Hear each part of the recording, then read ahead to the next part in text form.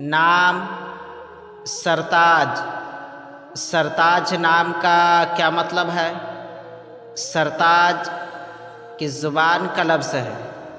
سرتاج ایک اسلامی بہترین نام ہے۔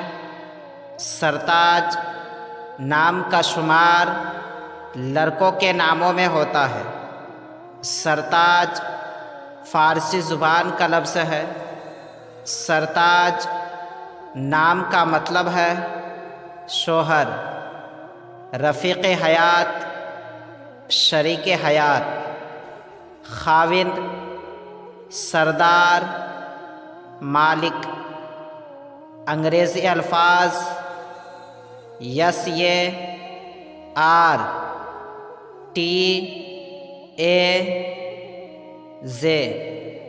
سرتاج۔ نام سرتاج زبان فارسی، معنی سردار، عدد نمبر 7۔